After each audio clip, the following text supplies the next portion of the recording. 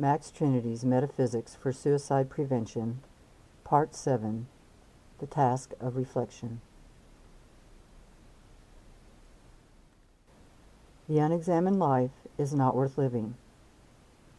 Socrates said that. I can't really say what Socrates meant exactly, but I can tell you the impression I felt from this statement. Socrates said this at the trial from which he received his death sentence, so he was obviously very serious. He said those words over 2,400 years ago. This is how it translates to me.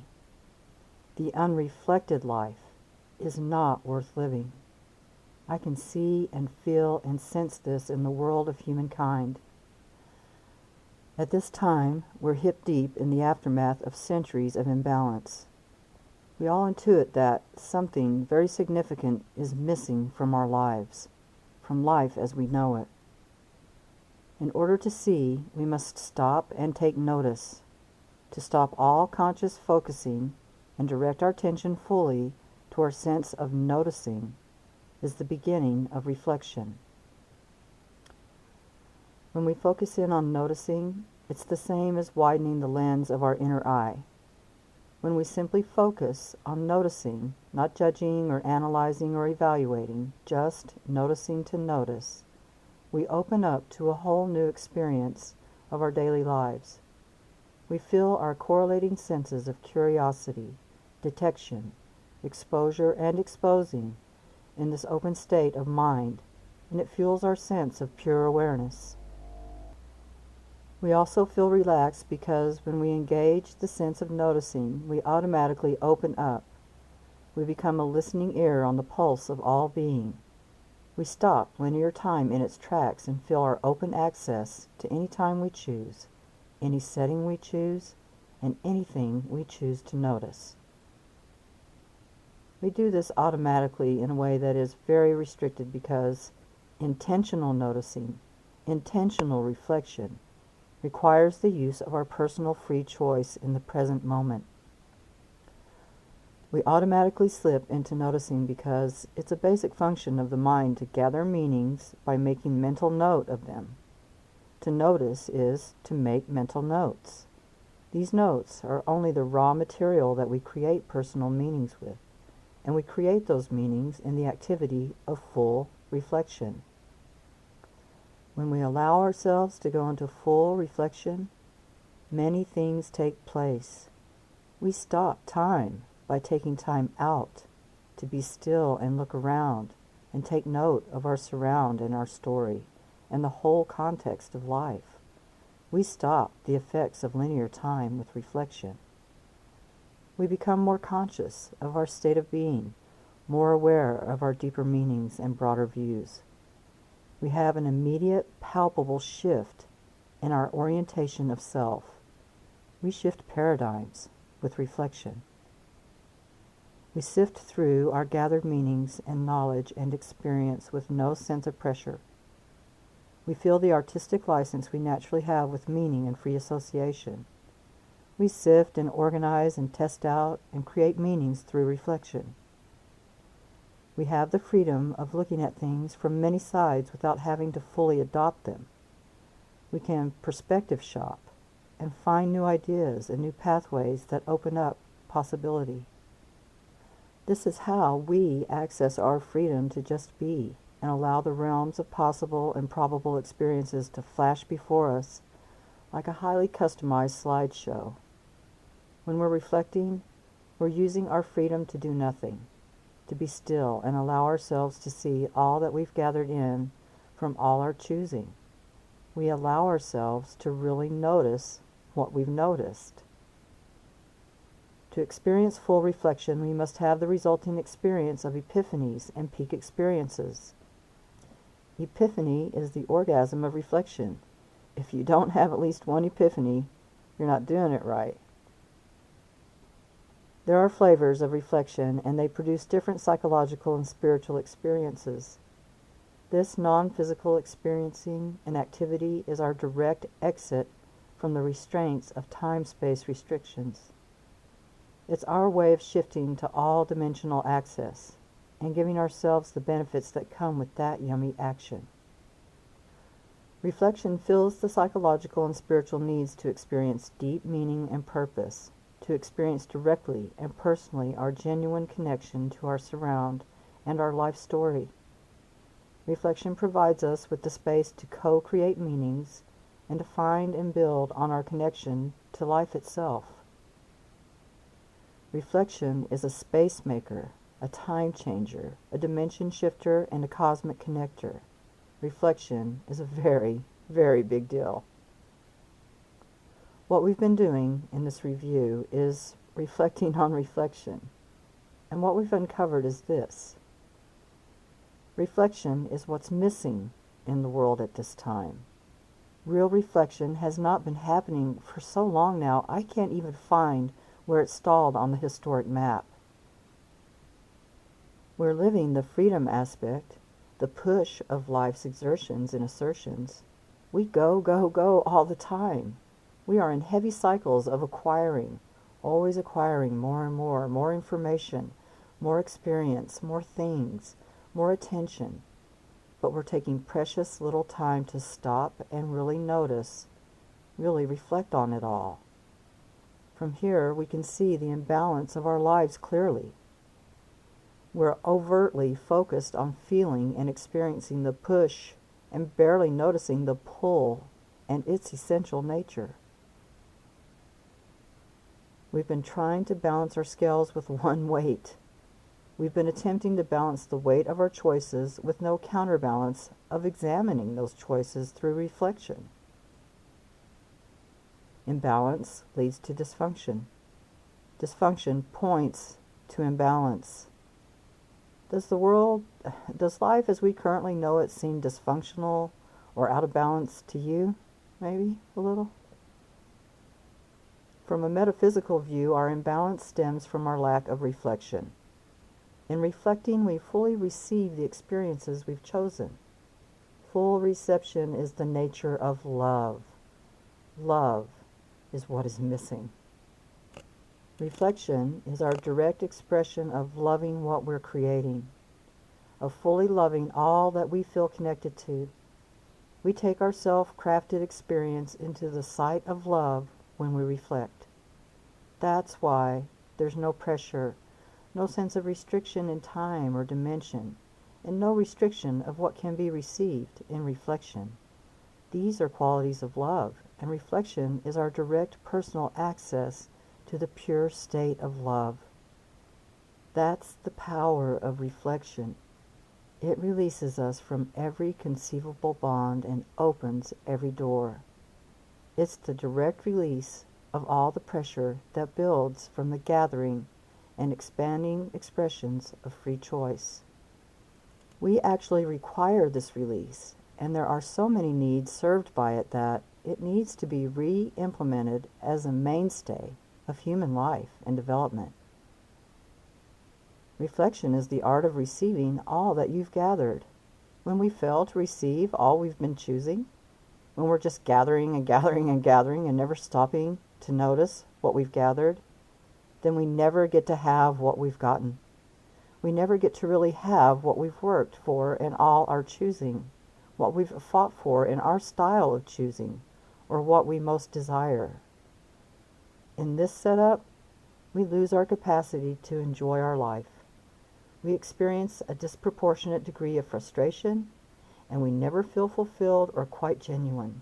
Does that sound familiar to you? We're demonstrating through reflection how crucial reflection is. This is what makes it a cardinal task. Our experience of life is warped without it. We come again to freedom and love and see that the one is not fully functional or fully expressed without the other.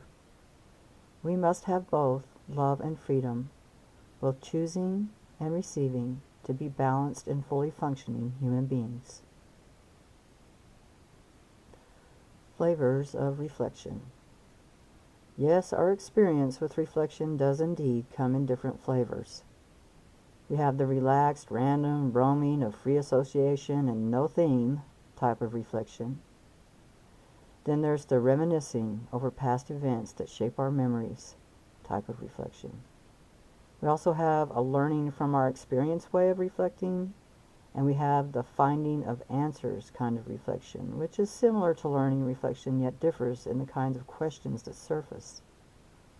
All reflection is creative. We'll look at these 4 styles of reflection more closely and stay open to any other flavors that may surface. After all, reflecting is an open state of being, an attractor by nature, and other angles are bound to show up. Random and roaming. This is reflection vacation style. This is serious bungalow on the beach, not a care in the world, free roaming, reflecting for the fun of it. In this ultimately relaxed state, our minds wander and wander freely from topic to topic in a delicious meandering of thought and moments of zero-point attention. The focus is not at work. It's at play with itself and whatever comes its way. Reflection is how we rest our focus of attention, and no style makes that more clear than this freestyle vacation mode. Choosing is suspended, and trying out becomes the activity of our personal attention. The difference being that choosing involves decision and adoption of meaning. Choosing is highly integrative, whereas trying things out is more non-committal and really just for fun. Reflection is recreation time for our whole self. Our body must be in a relaxed and non-vigilant state to reflect in this manner, so the body is benefited with spaces of relaxation. The mind must be allowed to wander unrestrained, so the mind gets a break from highly intentional and intense focus. This resting of the mind is a high priority for feeling vital. Our minds and bodies get some rest and reprieve during sleep, but it's not enough to feel a sense of vitality. Vitality is our personal sense of having inexhaustible access to any amount of energy we require to fulfill our needs and desires. Yeah, that's vitality, and there's precious little of it in an unreflected human life. That's true. Our soul doesn't need rest. That's why it doesn't sleep. Our soul may not sleep, but it does dream. And it's in the state of reflection that we receive the sparks of the dreams of our soul. We call these sparks epiphanies and peak experiences. In our open and relaxed states, we're available to all possibility, and all possibility is thus available to us.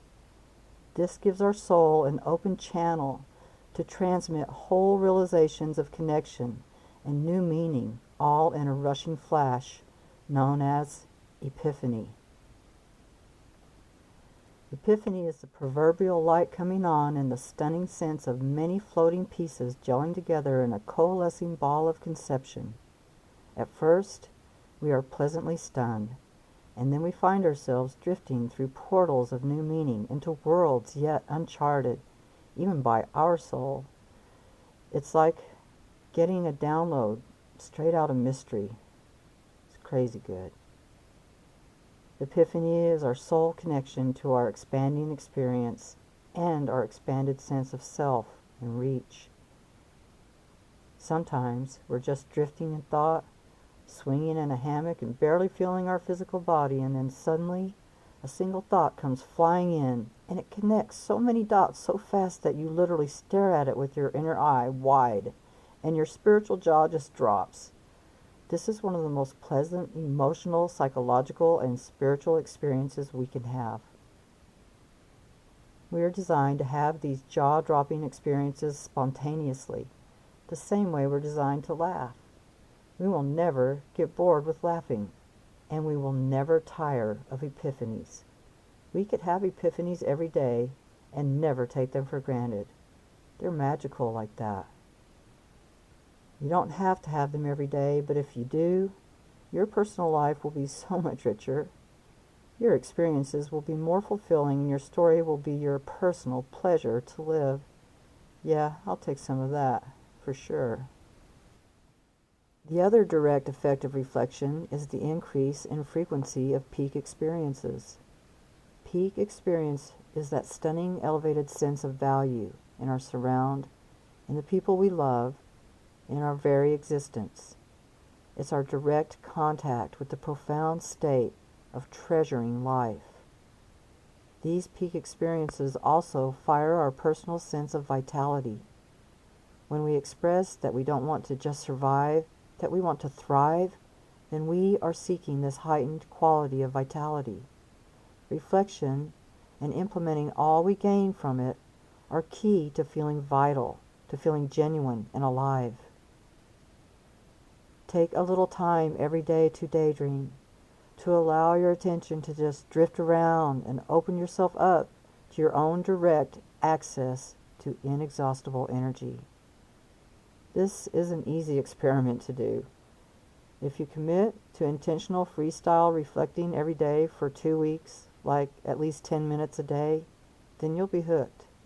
In just days, you'll notice a difference in your outlook, your attitude, and the quality of your personal experience. It'll rub off on others around you too. It will directly affect your surround. There's a lot of talk these days about raising our frequencies. Well, this is one of the ways you do it. It's necessary to your fulfillment and enjoyment of life, so make it a high priority to daydream. Reminiscing and nostalgia. Yummy words, those are yummy words just to even say, reminiscing and nostalgia. Reflecting is a highly intimate activity. It's the direct relationship between your mind and soul. Reflection is you being alone with your thoughts. The you in this case is a metaphor for your whole self, your soul self. The thoughts you're being alone with represent your whole mind. This is a noticeable kind of focus. It blocks out all stimulus and transports us up close and holographic into an immediate venture of ideas and the open-heartedness of wondering.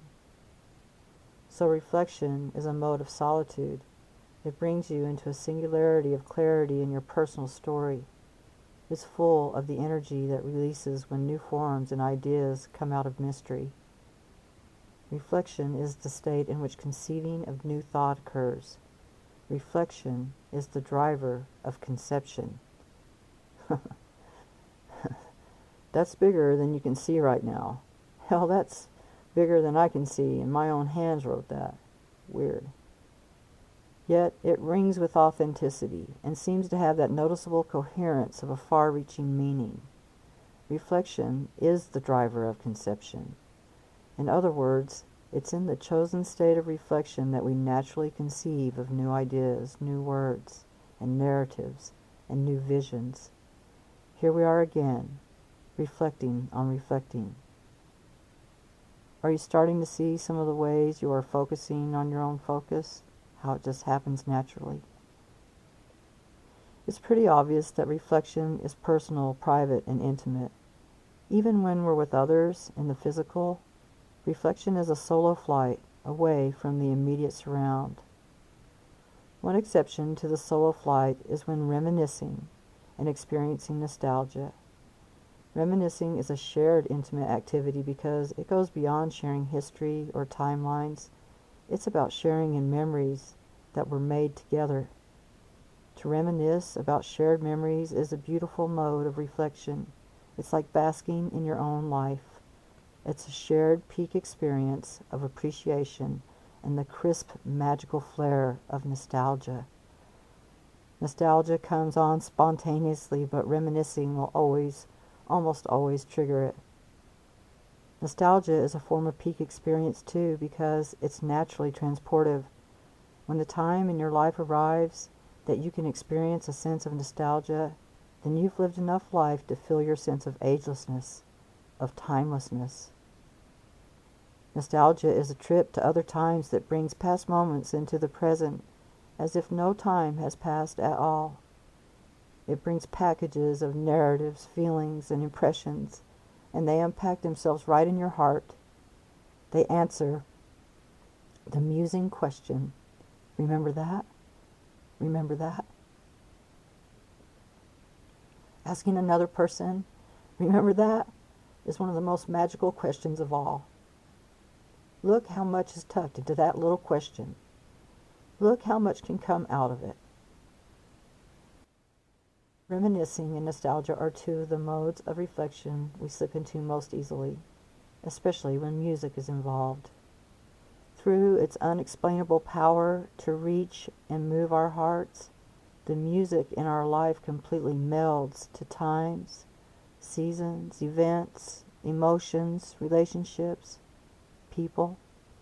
It's more than soundtrack. It's our soul's dance music. Our soul is so involved when music weaves its harmony through our whole focus. And when songwriters turn poetry into music and sing out the words our hearts meant but couldn't find, well, there's just no denying the power of that. When we go to a concert, we multiply this individual experience by the thousands. Not only do we add richness to our own story, we also stretch the nostalgia of the music and its reach. We do this through sheer attraction and interest. We don't need to plan the energy explosion of shared nostalgia through music. It's just what happens. We can play music to take ourselves through journeys of scattered memories and down trails where we felt most genuine and very alive. Because of the transportive nature of music and reminiscing, they form an easy and direct path of reflection that you can take almost any time or anywhere. You can have a song in your head, your heart on the wing, and a pause in time whenever and wherever you feel like it. Do it on purpose.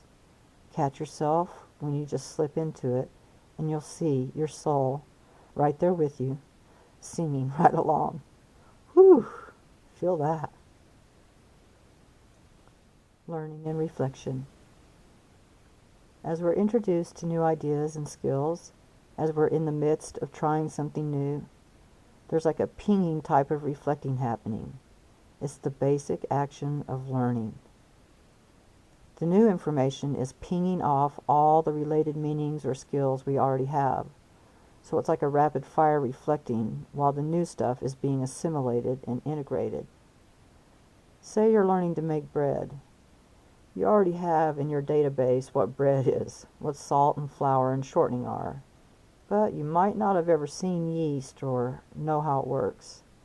You may know how to stir and mix some ingredients, but you have never kneaded dough or known that there's a particular sequence in which you blend the ingredients and tools for measuring and secrets of generations of bakers who know real bread-making magic. The highly directed focus pinging back and forth between your knowledge base and the new experience is learning in action. Watch closely the next time you're learning something new. Allow part of your focus to drift above the scene. Observe and feel the actual action of your own experience expanding. Your direct experience of learning. When part of you watches yourself learning while another part of you is actually engaged in the learning, you are tapping into your meta-existence, your multidimensional nature. Through reflection, you take this new experience and spread it out into the new spaces your learning has opened up. Reflection is the expanding process of your personal consciousness into the areas you've stretched through your new experiences.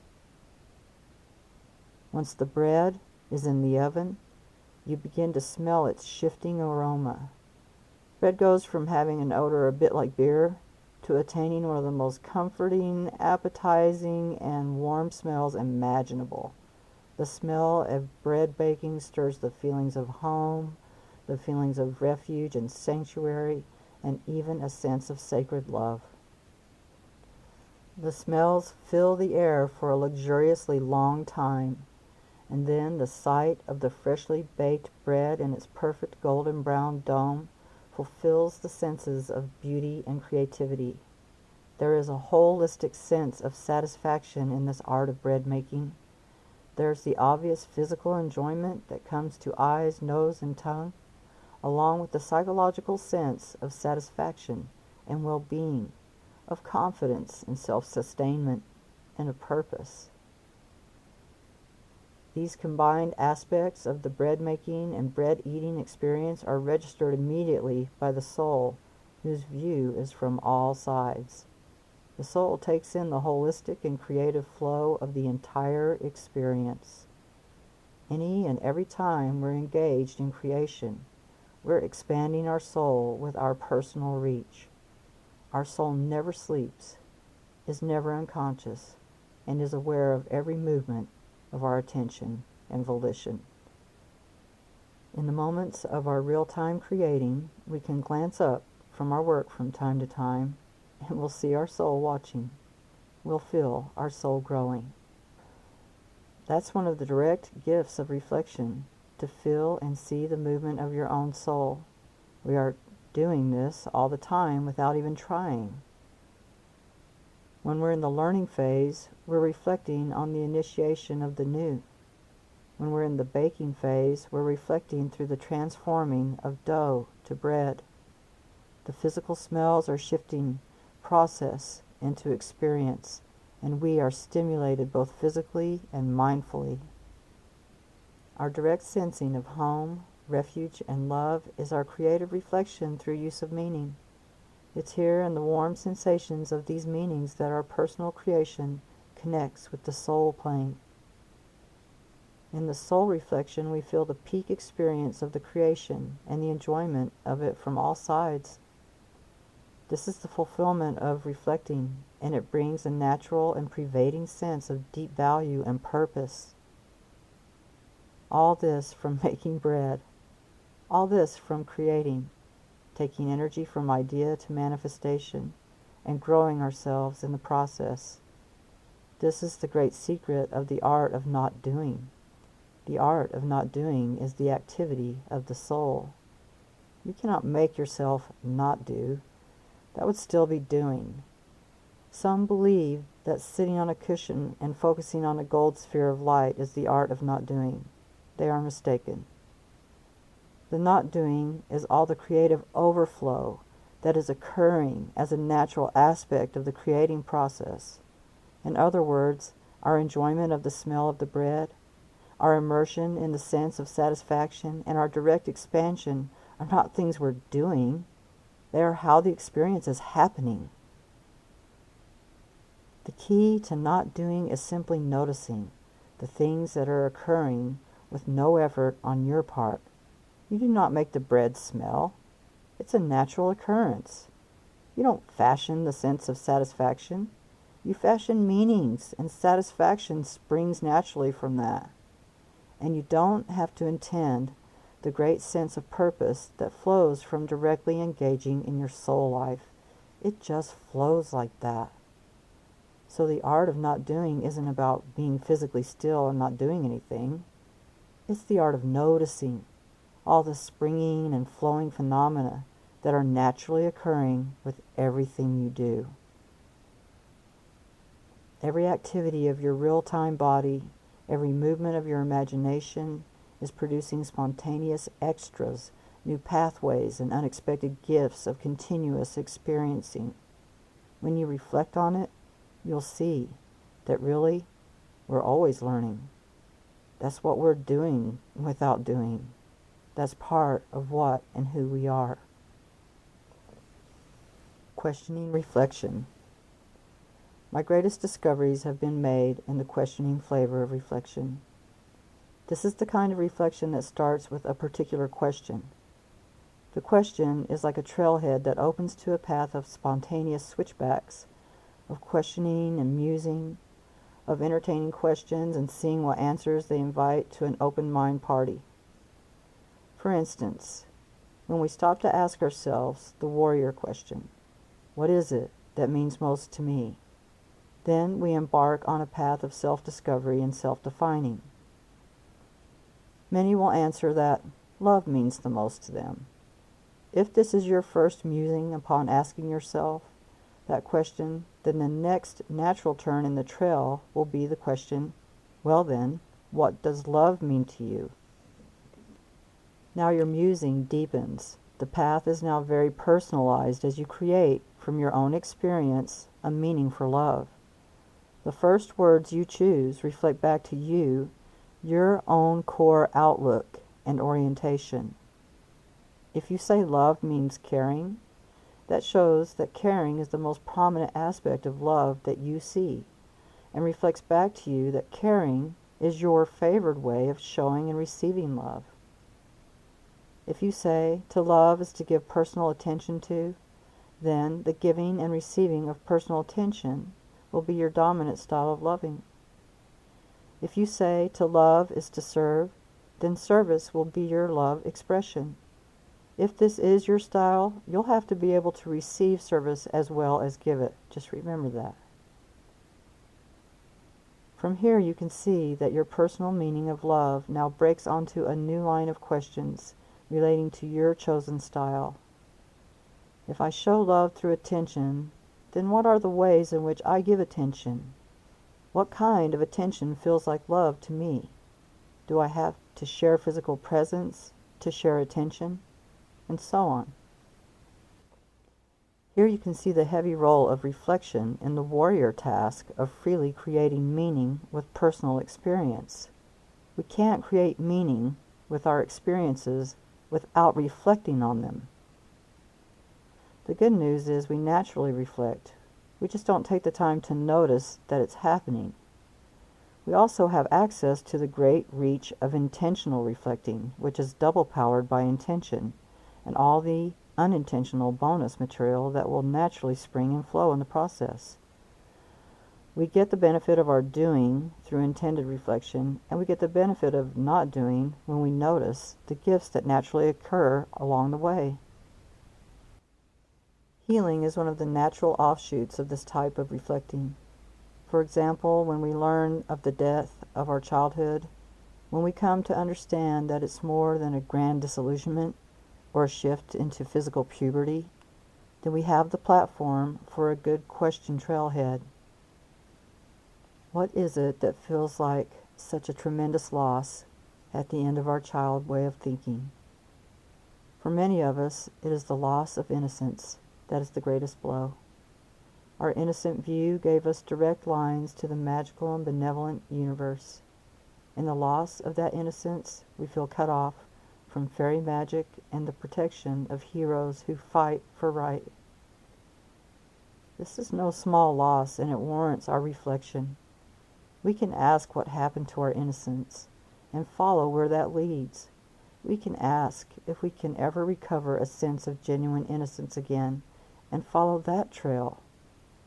We can ask how we can honor that beautiful state of childhood innocence and see where that leads.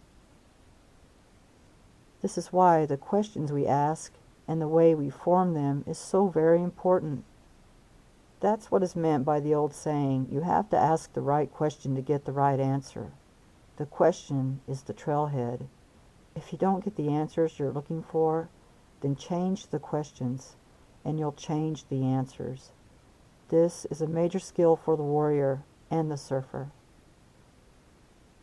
The death of our childhood requires a great deal of reflection because it's our first direct experience with the death of an aspect of ourself, even though our story continues. It's also in reflection that we see our child self with love, that we hold in tender affection our childhood experiences and the story of our beginning as an individual human. In reflection, we can design a memorial ritual to honor the passing of our child self and the birthing of our warrior nature. We can customize an event.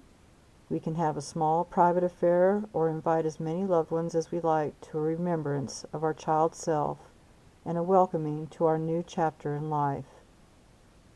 A self-designed ritual will meet our mental and spiritual needs at a profound time in our lives when we need specific kinds of closure. It's also a grand first move as a warrior to look back at the child self with a discerning eye, to give meaning to this passing stage of life, and to emerge as the conductor of the memorial services as well as the new unfolding path. The death of the childhood prepares us for even greater changes that await at the end of our warrior and veteran paths. When we transform from our veteran stage into our surfer nature, we'll experience another radical change. It will be like a death, but we will have a whole new meaning for death by then, and in it, we won't experience the change as loss. In fact, we will gain everything by letting everything go. You see, we can pre-reflect. We can wonder what it will be like to be the surfer, just like we once wondered what it would be like to be a grown-up. We can cast our attention out from our new platforms of expanded experience as warriors and lovers.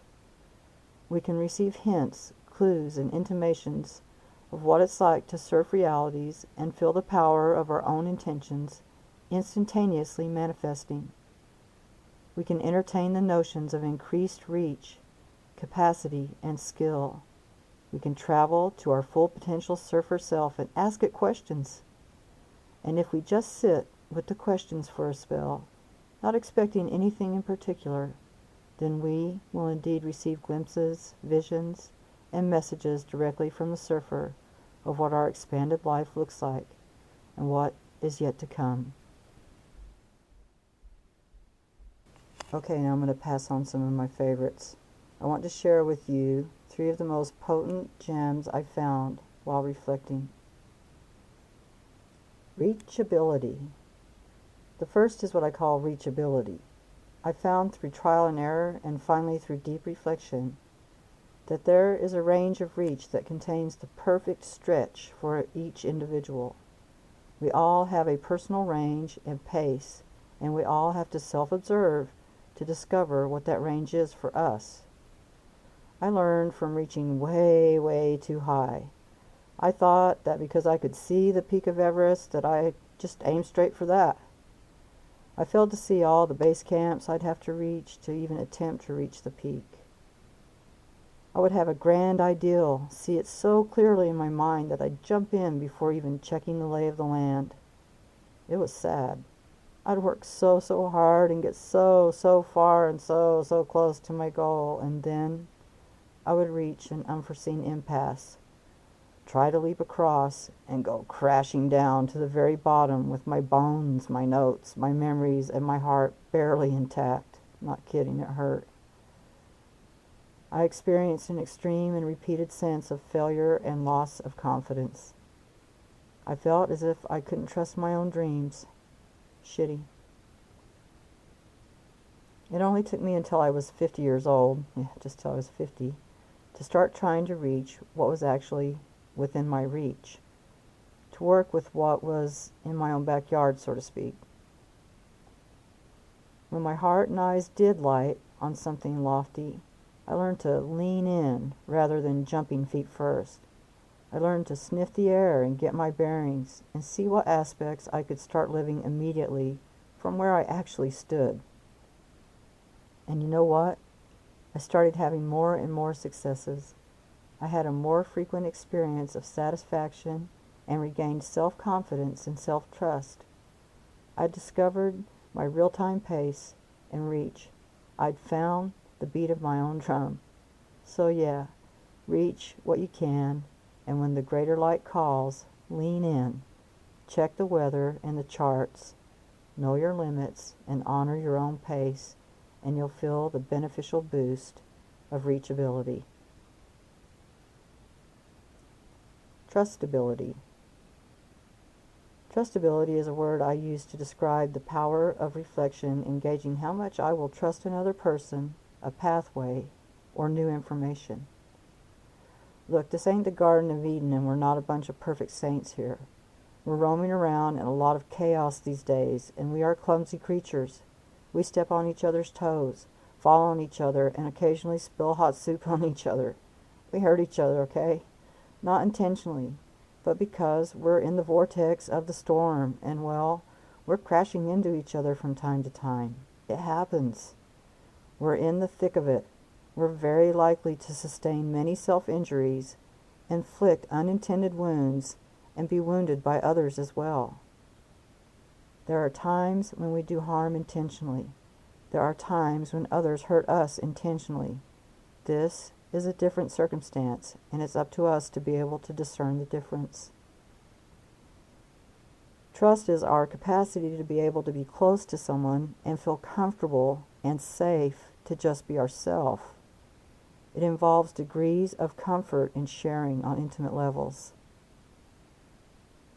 If we're in a close relationship with someone who occasionally hurts our feelings with clumsy words or random thoughtlessness, but they demonstrate that they would never do these things intentionally, then we can feel pretty comfortable.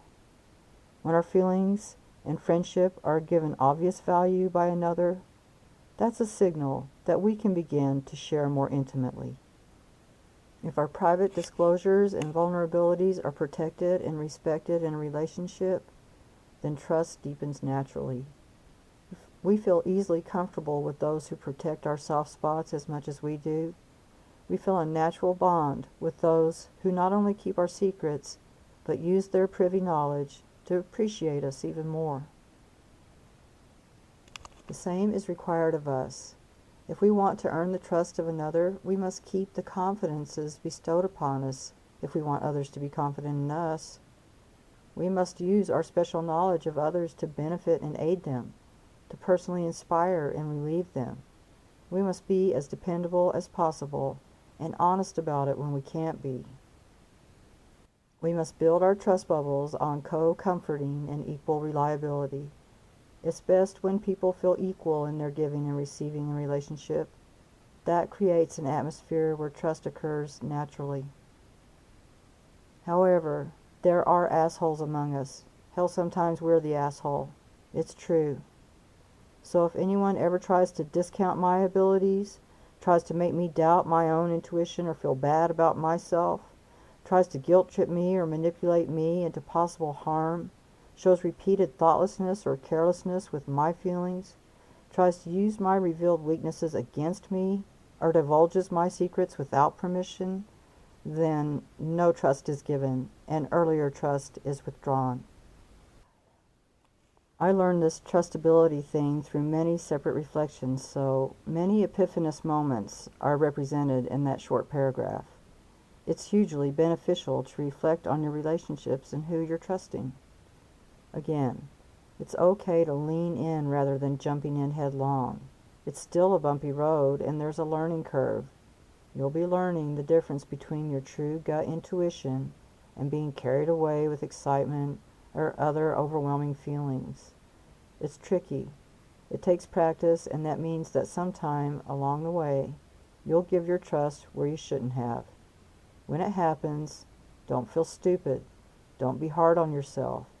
Just pick yourself up, reflect on the experience, make a mental note, and learn from the experience. If you don't repeatedly give trust where you shouldn't, you'll learn the same lesson of trustability with a lot less effort and pain than I did. When you get good at gauging trustability and recognizing your true sense of intuition, then you'll grow in trusting your own judgment and discernment. That is such a great skill, and one that will assist you when choosing paths and when receiving new information. This is the foundation for self-trust, and you can't surf without it. The gem I treasure most from reflecting on the dialing thing is this. The dialing is a direct relationship between my personal focus of attention and the wave nature of all experience. Realizing that I can move my focus of attention around at will, that I can intensify or diffuse my focus, that I have direct access to anything the mind can imagine through my personal focus of attention, demonstrates that I am not a victim of the movements of life. I can see firsthand that I can observe and learn and relate to the changing wavescape of life, and I am equal to it because I can choose the orientation of my personal focus. I am an infinite creator of reality, shifting timelines and storylines at will, living out epics that flesh out at the slightest breath of my creative spirit. Say that every day for one moon cycle and see what the art of reflection delivers freely to your mind. That's good stuff. All reflection is simultaneous viewing of the creation and creator aspects of your grander self. Of course, these are the two reciprocating aspects of creating. Creating is the combined action of a self-creator and itself as the manifested creations. Yeah, it's deep. You weren't expecting less, were you? When I say I found a gem in this direct action of dialing, this is what I mean. I'm showing you a doorway I found that leads to whole other realms of thought and exploration.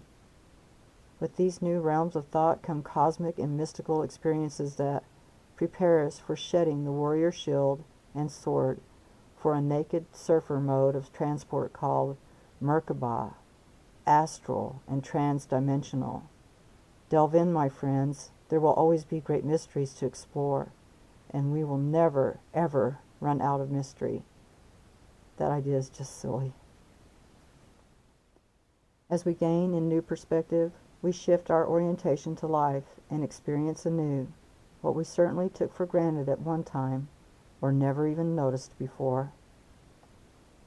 We become more comfortable with spontaneity and impulsive associations. We gain a great deal of skill in navigating the onrushing unknown, and at a certain saturation of integrated experience, we break through. All the doors blow off down all the hidden hallways, and every ripple in the wavescape has a known quality all its own, and so do we. This is part of our divine surfer nature, to come in direct pure contact with the pure frequency of life and know it and be known by it. Then the divine we, the divine Trinity, emerges, and you are not dissolved in it. You sit with it. You simply sit with all the qualities of each unique frequency, and they sit with you and your unique configuration, and the emergent blend is felt by the we and the individuals. That's cosmic awareness, and it's real, and within the reach of anyone receiving these words. This brings us to another age-old metaphysical quest, the search for the observer. One of the areas where science and spirit form a conjunction is in this aspect of consciousness we have come to name, the observer. See for yourself how reflection is your focus access to direct experience with this elusive observer. Experience the sheer electricity of recognizing this observer and knowing firsthand that the observer is you. Reflection and the observer. By reflecting on reflection, you make yourself into a mirror and play both sides as well as a director. The director directs by observing it all. So your focus is triangulating as a self-observing subject of itself. When you ask yourself to reflect on reflection, you split into two entangled versions of you. There's also the core self that's receiving and experiencing all of it. So now you're in two entangled orientations and a meta-orientation. The meta-orientation is what's referred to as the observer in quantum physics and in various spiritual philosophies. The observer has been shown to have quantum effects and is considered the primary orientation of self-awareness in the life of the soul. So the observer is a core bridge between the study of physics and metaphysics. The observer is not passive in spite of its name. The observer is receiving all that is being observed. Reception is a force, is it not? Isn't pure reception the pure power of divine love? Isn't reception the pull, the magnetic tractor beam of love that unfolds and permeates every part of us if we even glance in its general direction? If that's passive, then passivity is some fiery juice. There's a lot to be said for the power of open, chosen vulnerability, of open, intentional reception and reflection. Okay, just going to take a little break, a little side here, and give you an exercise that you can do to get in contact with the observer position. If you use the following guidelines, you'll come into direct contact with your own observer self. First, imagine a rock. Visualize it until you have a good, strong image of the rock. Okay? Just imagine the rock. Now, simply turn your attention to the one imagining the rock. Dwell there for a moment. And now slowly turn your attention to the one, watching the one who's imagining the rock. That is your observer self. That's the observer position. You'll notice that you can't pin your observer self down. It's in a strange sort of slippery motion when it self-observes through your personal focus. So don't try to hold its gaze. Rather, try to flow alongside it in the onrushing of attention and self-reception. Just do that simple exercise and you'll be in reach of blowing off all those doors. You'll be on the threshold of your greatest soul breakthrough yet. Sit with that. Prevention. Having a daily intentional practice of reflecting and noticing when you're spontaneously reflecting automatically puts you far from the realms of self-harm and self-hating. It's your sage self, your divine loving aspect that genuinely reflects. This results in a very noticeable daily communion with your own divine ways. The inspiriting and gentle stretching of the soul that flows in that calm repose brings ease to your mind and enjoyment to all your different aspects, It's a global experience of your personal existence, and it brings vitality to all your manifesting and conceptions. There is a thought trap that tries, very lamely, to disguise itself as reflection. It's called obsession. Worrying, fretting, and suffering over the same thoughts, the same fears and ideas over and over and over again is obsessing. Reflecting allows you to look at the same subject again and again, but reflection requires you to see something new and experience the event from different points of view. Whereas obsessing always results in the same conclusions or the same feeling of anxiety. There's a noticeable grind to obsessing, and it's easy to spot. You can dial back obsession with genuine reflecting. The second you ask yourself a reflective question, you've shifted out of obsession and into reflection. Reflecting will whisk you far away and quickly from your anxiety-ridden thoughts or the ideas that are possessing your mind space and taking up too much room. Here are some examples of reflective questions. You can ask yourself things like, how is this anxiety thing related to my eating habits? Is there a direct way for me to trigger some calm waves from here?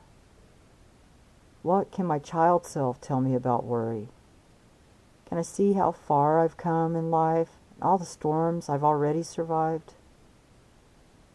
Can I put a time limit on this obsessing thing and not indulge in it for more than a couple of hours, say? What's my quickest way out of this repetitious bullshit thinking? Okay, these are just some reflective questions. Or any question that begins with, do you ever notice that? And then just fill in the blank. Seriously, it's a fun mind trick. It works fast. Or fill in the blank of this fun question. Wouldn't it be cool if... And then fill in the blank. If you want the quickest way out of worry and anxiety that I've found, you can just say to yourself with a pinch of snarkism, really? And use that as an instant stopping skill. I'm not kidding. That little question, really, is a powerful instant shifter. I can be deep in obsession or worry, and from some faraway closeness I'll hear my own voice say, in a very sort of condescending way, really? And astonishingly, that's it. It's just over, just like that. I don't know, there's just something about asking myself, testing myself like that. Works. You can see that obsessing and reflecting are very different activities. One you get caught in, and the other releases you. Give yourself the repose of daily reflection and watch your whole world change in a way that includes you and your desires. Watch and see that your attention matters. Your desires and ideas and love and freedom matter. Live that. Reflections on reflection. I am the great knower of all things, said the body science. I am the body. I materialize material evidence, you see. Facts hard, solid, and true. Materialism is the true view. The mind has a chuckle and beams. Oh, dear body, know you not that you know not without me? I am your divine intellect, the gatherer and keeper of all knowledge, including your kingly thingly facts. Within me is couched the hologram of you. Your books and tables and games all coalesce from streaming meanings reflected in my diamond scope of crystal clarity. Mind you, body, for I am your mind, and thus are you directed. It was at that exact intersectional moment that both mind and body heard a sound from what could only be called near distance. Someone, it seemed, was clearing their throat. Both looked around for the source of the sound, and in their turning, heard again with a genteel power. Body looked to mind for explaining. Mind just shrugged. And for the third time in the way of times, they heard very clearly the words in the trail of it. I am you. And they felt it. Both mind and body felt the pull, irresistible, undeniable. It was the soul. They remembered that they had forgotten their soul. The body went still and the mind fell silent. Anyone from the outside looking in may have seen what looked to be death of the mind and the body, but it isn't. You have to see the flashing gap, like catching the green ray of the sun. When the soul calls, we grieve it as a loss from the outside view, and in our grief we often drown out the gap with the weight of our sorrow and sense of loss. Sometimes we miss the gap that way, and the soul continues to say, I am you. After some aftermath, you can finally hear clear your own forgotten soul, now remembered as sorrow's gift, to remind you that you are so much more than your flesh could receive or your mind conceive. Oh yes, so much more. In the wake of sorrow's leaving, your inward eye turns to see itself from the inside view, and astonishing it is, so completely astonishing, to inner eyes made new through full direct experience. That's me, you say? Like you know and you don't know, 'cause you don't and you do. It's all a welcome to you, now a welcome home to yourself. The body and mind can see clearly that they continue in this inner world focus, and it becomes known and shown that the outside is inside. The inside, where push feels pulled by the hand like a lover being led to a secret rendezvous. The rhythm of anticipations being answered in streams of surprise so delightful, so unknowingly desired. All is available to all. What could be more flowing and full of promises kept, filled and filling to fullness, and bliss states unfurled? We see a key turned sure, and it's this.